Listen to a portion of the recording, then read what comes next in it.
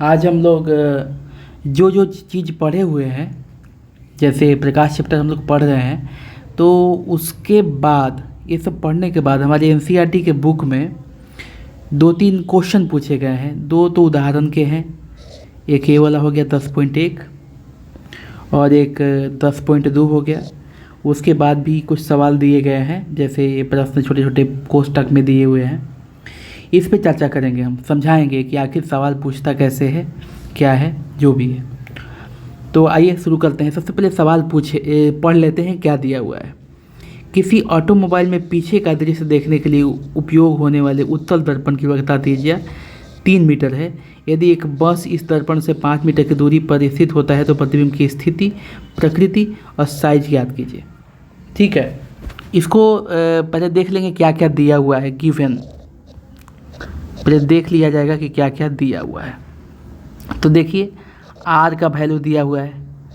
उत्तल दर्पण में आर का वैल्यू पॉजिटिव लिया जाता है। क्या है, मीटर में है ना, तो मीटर में लिखेंगे। ठीक है, चिन्ह परिपाटी आप पढ़ेंगे ना तो ये आपको क्लियरली समझ में आ जाएगा कि कौन सा पॉजिटिव होगा, कौन सा नेगेटिव होगा। हमेशा जो दर्पण के लेफ़्ट साइड में होता है वो हमेशा नेगेटिव में होगा, जो राइट साइड में होता है वो हमेशा पॉजिटिव में होगा। ये चीज़ें हमेशा याद रखिएगा। उसके बाद का क्या सीन है, अगर ऊपर की तरफ जा रहा है, कोई डिस्टेंस ऊपर की तरफ जा रहा है तो पॉजिटिव रहेगा, नीचे की तरफ आ रहा है तो नेगेटिव रहेगा। ये याद रखना है, ठीक है। और जब भी दर्पण के पीछे की बात की जाएगी, सारे के सारे मान क्या होंगे, पॉजिटिव होंगे। अब ध्यान से देखिए, आर का वैल्यू क्या है, आर का वैल्यू है 3 मीटर। फिर कह रहा है कि यदि एक बस दर्पण से 5 मीटर की दूरी पे हो, बस क्या है, वस्तु है, वस्तु की दूरी यानी कि यू बराबर कितना है, यू हमेशा क्या होगा, दर्पण के सामने होगा, इसलिए क्या होगा, माइनस में होगा 5 मीटर। ठीक है, हमें 2 मान दे दिया। निकालना क्या है, सॉल्व क्या करना है, सॉल्व करना है, भी का वैल्यू निकालना है, मतलब प्रतिबिंब की दूरी। और क्या कह रहा है, प्रतिबिंब की स्थिति, प्रकृति और साइज का वैल्यू। प्रतिबिंब की स्थिति, प्रकृति और साइज, यानी प्रतिबिंब की ऊंचाई निकालनी है, प्रतिबिंब की ऊंचाई निकालनी है। साथ ही साथ ये भी बताना है, प्रतिबिंब की ऊंचाई को क्या लिखते हैं, h2। साथ में साथ ये भी बताना है कि उसकी प्रकृति क्या होगी और साइज क्या होगी। तो प्रकृति हमेशा याद रखिए कि जब उत्तल दर्पण में है ना, जब उत्तल दर्पण है ना, तो प्रकृति हमेशा क्या होगा, काल्पनिक होगा, आभासी होगा। फिर भी देखते हैं सोल्यूशन, आगे देखिए। आप जानते हैं कि F बराबर क्या होता है, R/2। R का वैल्यू दिया हुआ है हमारे सामने 3/2 काट देंगे, 3 में 2 से भाग देंगे तो 1.5 मीटर जो है F का वैल्यू आ जाएगा। F का वैल्यू क्या आएगा, 1.5 मीटर। ठीक है, अब आगे देखिए, ये भी पॉजिटिव में ही काउंटिंग होता है इसका भी। ठीक है, अब देखिए, दर्पण सूत्र हम जानते हैं ना, दर्पण सूत्र क्या है, 1/v प्लस 1/u बराबर 1/f। मैंने प्रूफ करवाया है। अभी हमारे पास क्या क्या है देखिए, अभी हमारे पास u का वैल्यू है, f का वैल्यू है, हमें निकालना है v का वैल्यू, तो निकाल लेंगे ना, 1/v बराबर 1/f, और ये वाला उठ के बराबर की इधर आ जाएगा, 1/u आ जाएगा। अब ध्यान से देखिए, हमारे पास क्या है, 1/1.5 f का वैल्यू है, माइनस 1/-5, क्योंकि हमारा वस्तु की दूरी क्या है, नेगेटिव में है। ध्यान दीजिए, ये पॉइंट को हटाएंगे, ऊपर 10 आ जाएगा, 10/15 माइनस मिल के प्लस हो जाएंगे 1/5। दोनों का लघुत्तम हो जाएगा 15। ठीक है, दोनों का लघुत्तम 15 आ जाएगा। अब ध्यान दीजिए, 15 में 15 से भाग देंगे 1, और 1 में 10 से गुना करेंगे 10 आएगा, 5 3 15, 3 में 1 से गुना करेंगे 3, ये आया 13/15। ठीक है, लेकिन 1/v का वैल्यू है, तो v का वैल्यू हो जाएगा 15/13, यानी 13 एकम, इसको दशमलव पद से भाग देंगे तो 1.15 मीटर के करीब v का वैल्यू आएगा, 1.15 मीटर, जो पॉजिटिव में आया हमारे सामने। ठीक है, इतना समझ गए आप। अब आगे देखिए, इसको मैं थोड़ा बड़ा में बता रहा हूँ आप लोगों को समझाने के लिए, आप इसको जितना हो सकता है शॉर्ट में बनाने की कोशिश कीजिएगा, ठीक है। तो हमें यहाँ पे देखिए, यहाँ पे हमारा v का वैल्यू निकल गया, v का वैल्यू आ गया, वेट हमारे पास यहाँ पे v का वैल्यू आ गया। अब हमें प्रतिबिंब की ऊंचाई निकालनी है। प्रतिबिंब की ऊंचाई हम लोग कैसे निकालते हैं, क्या सूत्र है, m बराबर h2/h1 बराबर -v बटा में u। v का वैल्यू कितना है, v का वैल्यू है माइनस प्लस में है तो यहाँ पे 1.15, और सूत्र में माइनस दिया हुआ है इसलिए यहाँ पे माइनस लिख देंगे, बटा में -5.0। ये माइनस माइनस कट के प्लस हो जाएगा और इसको भाग देंगे हम लोग तो 0.23 के करीब। कैसे आएगा बता देता हूँ, रुकिए कैसे आएगा बता देता हूँ। यहाँ पे देखिए 1.15 माइनस में बटा में -5, ये दशमलव ख़त्म, ये 2 जीरो नीचे आएगा तो नीचे 2 जीरो हो जाएगा, और 23 को 5 बार भाग देंगे तो 115 आएगा, 0.23 के करीब आएगा ये प्लस में, ठीक है। तो अभी हमें क्या मिला, दोनों का आंसर मिल गया, m का भी आंसर मिल गया, कितना मैग्नीफाई हुआ है, वस्तु कितना था हमारा, वस्तु से ये छोटा प्रतिबिंब बना हुआ है, ठीक है। तो यहाँ पे हम लिख देंगे कि काल्पनिक छोटा प्रतिबिंब। सारे क्वेश्चन का आंसर हो गया, इसको आप शॉर्ट में बना सकते हैं। दूसरा क्वेश्चन क्या है, कह रहा है कि ये उदाहरण में के कुछ सवाल हैं, मतलब किताब में बनाया हुआ है, मैं बस आपको समझा रहा हूँ कि कैसे बनाया गया है, क्या क्या देखना है। दूसरा देखिए, कह रहा है कि कोई 4 सेंटीमीटर साइज का बिंब, पहले देखेंगे कि क्या क्या दिया हुआ है। देखिए क्या दिया रहा है, कोई 4.0 सेंटीमीटर साइज का बिंब, बिंब माने वस्तु की दूरी, नहीं बिंब साइज का बिंब बोल रहा है, मतलब बिंब की ऊंचाई कह रहा है। क्या कर रहा है, 4.0 साइज का बिंब, यानी बिंब की ऊंचाई। बिंब की ऊंचाई हमेशा क्या होती है, h1 कितना है 4 सेंटीमीटर। बिंब की ऊंचाई क्या है, h1 4 सेंटीमीटर, ये प्लस में रहेगा क्योंकि ऊपर की तरफ जाने पे प्लस, नीचे की तरफ आने पे माइनस होता है, तो ऊपर की तरफ जा रहा है इसलिए प्लस लेंगे। फिर कह रहा है किसी 15 सेंटीमीटर फोकस दूरी के अवतल दर्पण, कितना फोकस दूरी का वैल्यू है -15 सेंटीमीटर।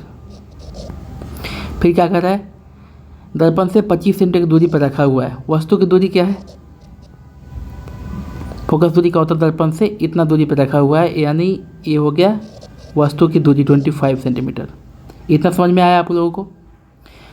कह रहा है कि दर्पण से कितनी दूरी पर किसी पर्दे को रखा जाए कि स्पष्ट प्रतिबिंब प्राप्त हो, प्रतिबिंब की प्रकृति और साइज निकालिए। मतलब हमें क्या क्या निकालना है, सॉल्व क्या करना है, सॉल्व करना है v का वैल्यू और प्रतिबिंब की ऊंचाई यानी h2।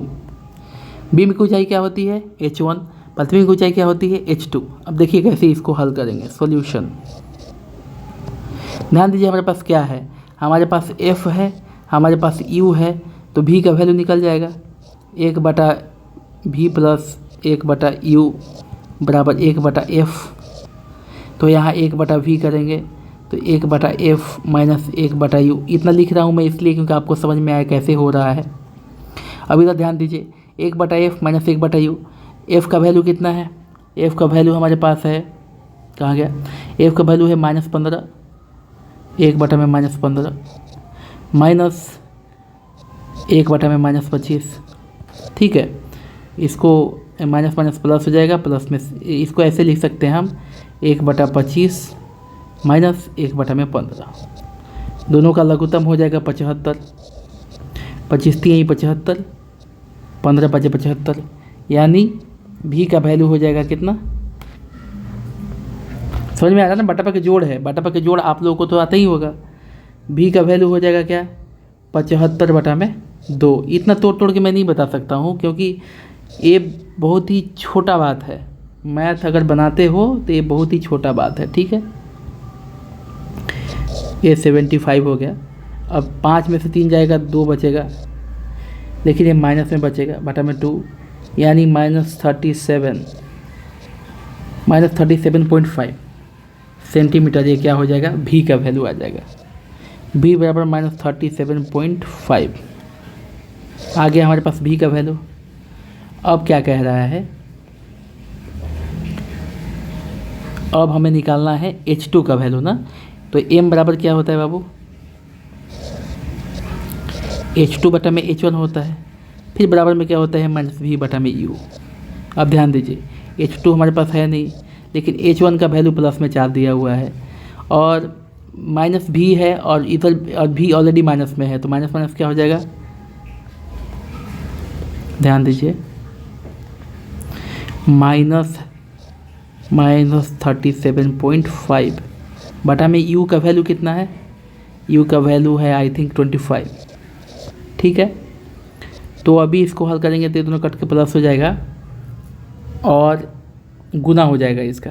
ठीक है, तो 25 को अगर भाग, नीचे एक 0 आ जाएगा अगर देखा जाए तो, 2 से इसको काट दिया 125 आ गया।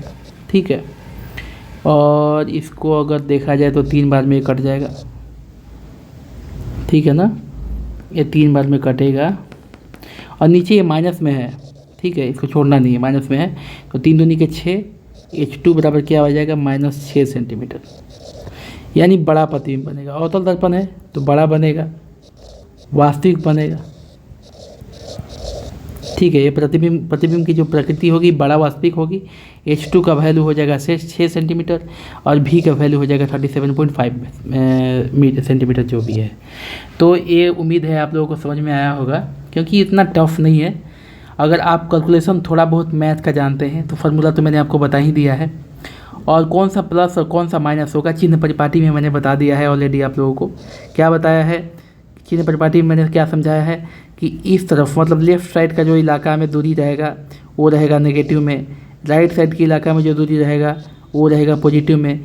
जब बात ऊपर की तरफ दूरी की जाएगी, जैसे वस्तु की दूरी, तो वो प्लस में ली जाएगी। जब बात नीचे की तरफ दूरी की जाएगी, जब प्रतिबिंब की बात की जाएगी, तो वो रहेगा नेगेटिव में। ये सारी चीज़ें मैंने आपको बता के रखा है, तो चिन्ह परिपाटी के अनुसार ये सब काम करेगा। अब आगे के सवाल देखिए क्या है। ये सवाल क्या कह रहा है,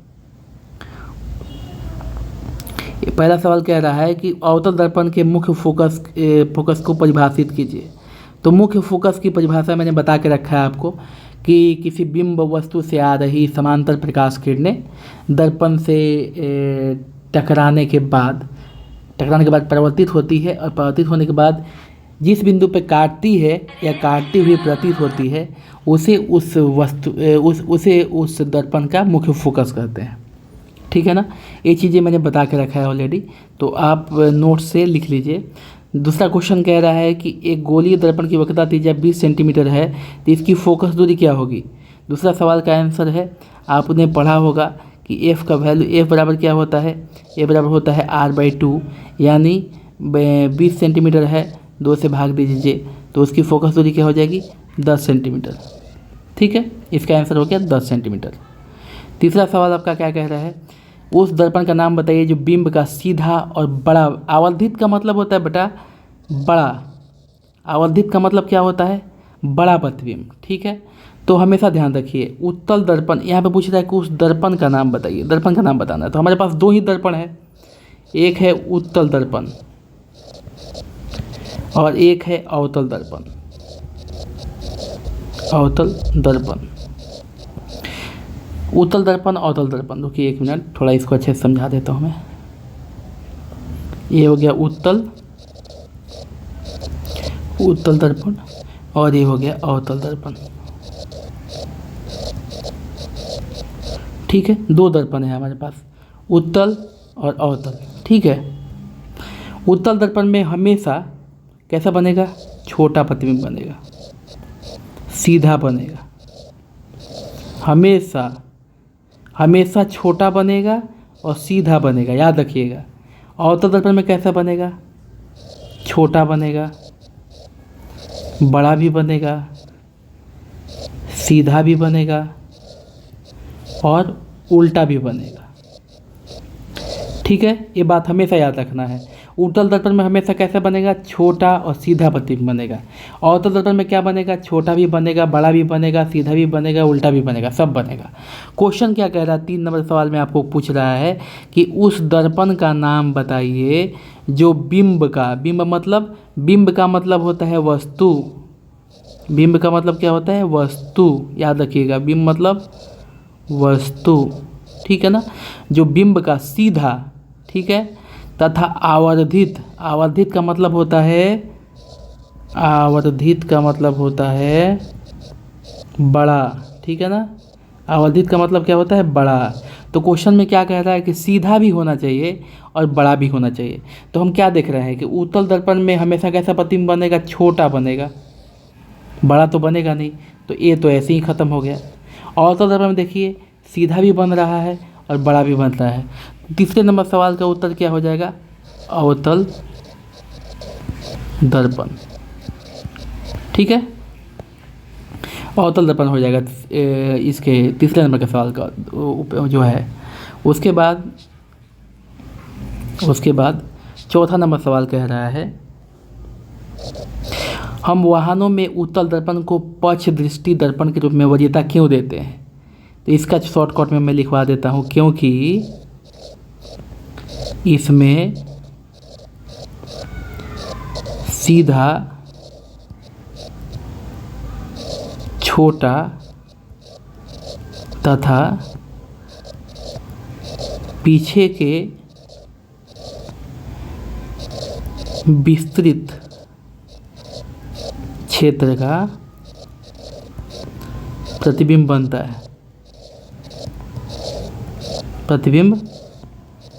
है, ठीक है। बाकी चीज़ें मिटा देते हैं, थोड़ा इसको लिखवा देता हूँ। प्रतिबिंब बनता है जिससे वाहन चालक को पीछे से आने वाली गाड़ियाँ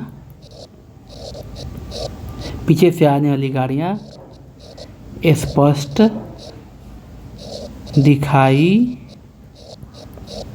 पड़ती है। इसके सवाल का जवाब हो जाएगा, ठीक है। तो ये तो हो गया आपके प्रश्न का सारा जवाब। नीचे भी प्रश्न है, उसको भी देख लेते हैं। नंबर 1 प्रश्न क्या कह रहा है कि यदि उस उत्तल दर्पण की फोकस दूरी ज्ञात कीजिए जिसकी वक्रता त्रिज्या क्या है, 32 centimetre. Same to same A बराबर R/2 यानी 32/2 बराबर कितना, 16 सेंटीमीटर। जब भी फोकस दूरी की बात होगी, फोकस दूरी मतलब F, वक्रता त्रिज्या यानी R, तो सूत्र पढ़ाए हम क्या, F बराबर R/2 यानी वक्रता त्रिज्या आएगा, वक्रता त्रिज्या दिया रहेगा तो उसमें 2 से भाग दे देंगे और फोकस दूरी दिया रहेगा तो 2 से गुना कर देंगे। अगला सवाल क्या कह रहा है, 2 नंबर सवाल, कोई अवतल दर्पण अपने सामने 10 सेंटीमीटर दूरी पर रखे किसी बिंब का 3 गुना आवर्धित वास्तविक प्रतिबिंब बनाता है। प्रतिबिंब दर्पण से कितना दूरी है। ध्यान दीजिए, दर्पण क्या है, अवतल। 10 सेंटीमीटर दूरी पर रखे किसी बिंब मतलब वस्तु की दूरी जो है वो कितना है, 10 सेंटीमीटर, और ये किस में होगा, माइनस में होगा, ये दिया हुआ है, ठीक है। फिर कह रहा है कि प्रतिबिंब जो है बिंब का 3 गुना आवर्धित बनता है। तो यानी बिंब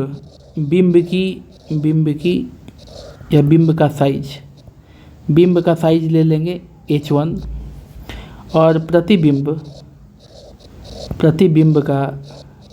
का साइज ले लेंगे H2, ठीक है। तो कह रहा है, क्वेश्चन में कह रहा है, ठीक है, नहीं H2 H1 नहीं लेंगे, बिंब का साइज अगर H हो जाएगा, ध्यान दीजिए थोड़ा सा इधर गड़बड़ है, अगर बिंब का साइज H हो जाएगा तो क्वेश्चन में कह रहा है कि इसका 3 गुना प्रतिबिंब बनेगा, यानी प्रतिबिंब का साइज क्या हो जाएगा, 3H। अब हमारे पास सूत्र है M बराबर H2/H1 बराबर -V/U। अब ध्यान दीजिए, H2 मतलब प्रतिबिंब की ऊंचाई, प्रतिबिंब की ऊंचाई क्या मिल गया, दिया हुआ है हमारा, मतलब हमारे पास क्या मिला है 3h, तो 3h लिख दिए। बिंब की ऊंचाई क्या है हमारे पास h है, ठीक है। माइनस भी तो हमारे पास है नहीं, तो भी का सेम टू सेम माइनस भी लिख देंगे। और u जो है ये u है, 4 नहीं है, मैं ऐसे लिखता हूँ, प्रॉब्लम है। u का जो वैल्यू है माइनस में 10 सेंटीमीटर है, तो ये क्या हो जाएगा -10। ये माइनस कट के ख़त्म हो गया, प्लस हो गया, h कट के ख़त्म हो गया, ए तिरछा तिरछी गुना कर देंगे, यानी भी का वैल्यू कितना आएगा 30 सेंटीमीटर। यही इसका क्या हो जाएगा आंसर हो जाएगा। तो इस तरह हमने सारे सवालों का जवाब दे दिया है, ठीक है। फिर मैं आगे कोई, इसके बाद हम लोग लेंस पढ़ेंगे, इसके बाद हम लोग लेंस पढ़ेंगे, विस्तृत से लेंस पढ़ेंगे, ठीक है। इसके बाद हम लोग लेंस पढ़ेंगे, लेंस के अंदर अपवर्तन पढ़ेंगे, ठीक है, अपवर्तन के नियम पढ़ेंगे। तो ऐसे ऐसे पढ़ते जाएंगे। उम्मीद है आपको समझ में आया होगा। Thank you.